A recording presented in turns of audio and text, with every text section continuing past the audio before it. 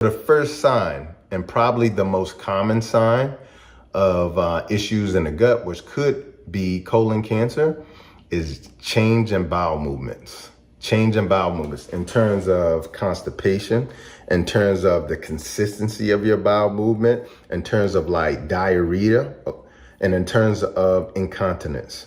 Okay, now of course you can have diarrhea for many reasons, but if you're having continual or chronic diarrhea and also constipation and also changes in your consistency, then you definitely want to go get checked. Okay, so that's one of the most common signs and symptoms. Okay, especially if it's something that doesn't happen just one time and then it doesn't happen, it's just chronic over time. Okay, also blood in the stool. Blood in the stool is a huge sign. Okay, and the reason why, what happens is you can notice the blood in the stool in a few different ways. Okay, it could be fresh blood, meaning like the blood will have the appearance of red liquid when it comes out into the toilet stool, and you'll see it. Okay, now that fresh blood is actually called hematokinesis. Okay, and the reason why that's so important is because, you know, anytime you see blood in the stool, that is not only is that not normal, but it shouldn't be common either. But unfortunately, a lot of people will see that. Now, that could be as a result of having a lot of constipation. But what's really important to understand is that if you start to see blood in the stool, that is a huge alert. Okay, that's an emergency. Okay, so when you see fresh blood in the stool, that is called hematochezia. Okay, hematochezia. Okay, and if you see that, that could be a sign that you have a tumor in the sigmoid. Okay, which is the lower end of the bowels or the colon. Okay, all right. So hematochezia, which is fresh blood. Okay, or it could be black tarry stools. So if your stools are black, tar-like, that isn't fresh blood. That is blood that is hardened. Okay, that isn't fresh blood. And that could be a sign of a right side colon or ascending colon tumor. Okay, so you can kind of see the difference between the two. All right, so that's really, really, really important. Blood in the stool could be a huge indication. Okay. Another thing is unexplained anemia. Okay, so you get anemia out of nowhere and it's unexplained. That could be a sign too. And the anemia could be caused by the blood in the stool. Okay, you could be losing up to 9 milliliters of blood every day. Okay, so as a result, losing that blood causes the anemia. So unexplained anemia could also be the problem as well. Also, abdominal pain and pelvic pain. So if you're getting abdominal pain, especially in the lower regions, or pelvic pain, that also can be an indication as well. And it could be caused by either a blockage. Okay, the bowels can become either partially or completely obstructed, and that obstruction will cause pain. It also could be caused by a rupture in the bowels or a tear in the bowels or a perforation. Okay, and that'll cause pain as well. Now, this also could be as a result of diverticulitis. It also could be as a result of irritable bowel syndrome. But again, if you start to see a combination of these signs or symptoms, then that's when you want to get a little bit concerned. Okay. Another potential sign is unexplained weight loss. Unexplained, like out of the blue, you didn't change your diet. You didn't change how you exercise. Out of the blue, you just had this unexplained weight loss. And that's something that you'll commonly see with people with colon cancer. So unexplained, all of a sudden weight loss. Number 6 is vomiting. Okay. If you start to, again, with a combination of these other symptoms, you start to see, you start to vomit and it becomes chronic. It could be a potential sign, because what could be happening is you could be vomiting as a result of the blockage or obstruction that you're having in the colon. But you also could be vomiting because what will happen is once you start to get cancer in the colon, you'll have a decreased gastrointestinal motility, meaning your bowels won't move like they should. Okay, so that could be a sign and symptom as well. And then another sort of sign and symptom is tenesmus. And what that is when you have a urge to go and have a bowel movement, but you never have a bowel movement.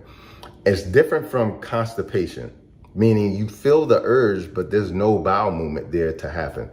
And it also could be, anytime you have a bowel movement, it could always feel incomplete, like there's something left. There's more to come, but there's nothing moving. Okay. Not that you're trying to move it and it doesn't move, but simply you feel like there's something left over, but there's nothing coming out. There's no action, nothing going on. So those are the 7 signs. Those are the 7 signs that you need to watch out for. And then particularly a combination of those, because you can kind of see how all of these sort of play into each other.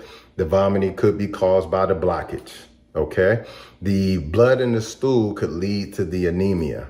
Okay.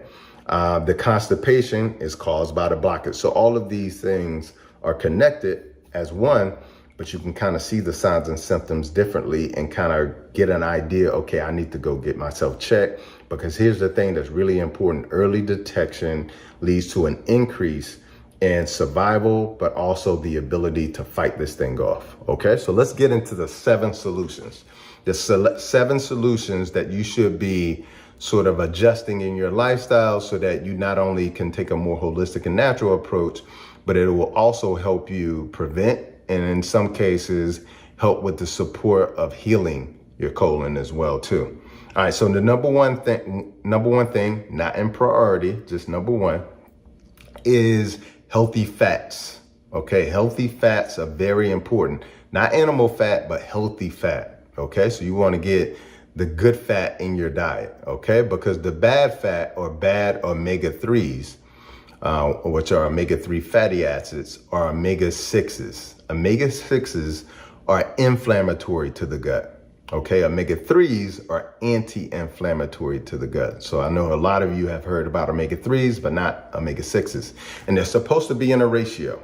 Okay, now if you eat an ultra processed diet, which most Americans do, which is the standard American diet, which is 60 to 70% processed food.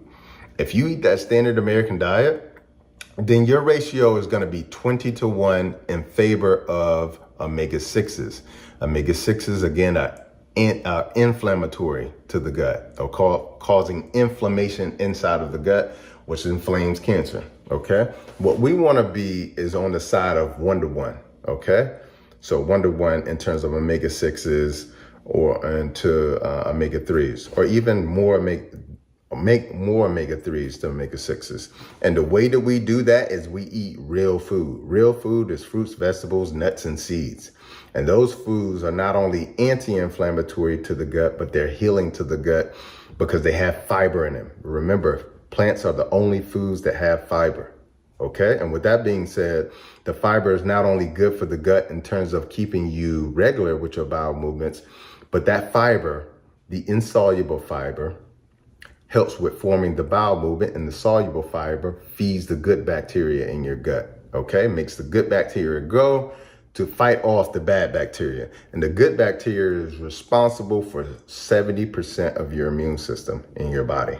Okay, so that's why healthy fats and a sufficient amount of fiber, which is number 2, is so important. So you got to get an adequate amount of fiber, at least 50 grams of fiber. Okay, again, the only place you're going to find fiber is in plants. So you got to eat plants, and you got to eat plants that are uncooked. Your whole diet cannot be cooked. So you got to eat some salads. You got to eat some fruits.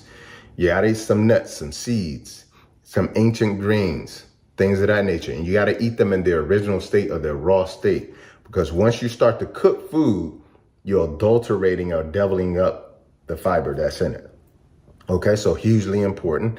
Another thing that is very helpful to the gut is digestive rest. I talk about this in my book, Vegetation Over Medication, how important it is that we give our digestive system a rest instead of eating like a cow. A cow grazes all day. Meaning, like, you can look on the pastures, you go see a cow eating at 6 in the morning, you'll see them eating at noon in the day and 4 at night. And I mean, if a cow is up, they're eating. and they're grazing all throughout the day. We're not made to eat like that. A cow has 6 stomachs. Okay, so we're supposed to give our bodies digestive rest, and we're not supposed to actually snack between meals. We're supposed to give our bodies at least 3 to 4 hours between meals before we have a meal. So intermittent fasting is one of the ways that we can give ourselves digestive rest. And so that's one of the things that I recommend for people: intermittent fasting and not snacking. Okay. Number 4 is exercise. Exercise is so important because, again, it establishes the tone of our body. It establishes the health of our midsection.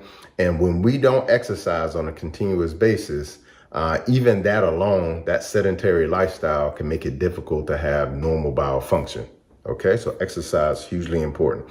Number 5 is hydration. Not only is fiber important to your gut health, but also hydration. Okay, a large part of a bowel movement is water. So if you're dehydrated, you're not going to be able to form a bowel movement. I know a lot of people have told me about incidents where they had a bowel movement, but it was so painful because when it came out, it was so dry. And that's coming from the dehydration. Okay.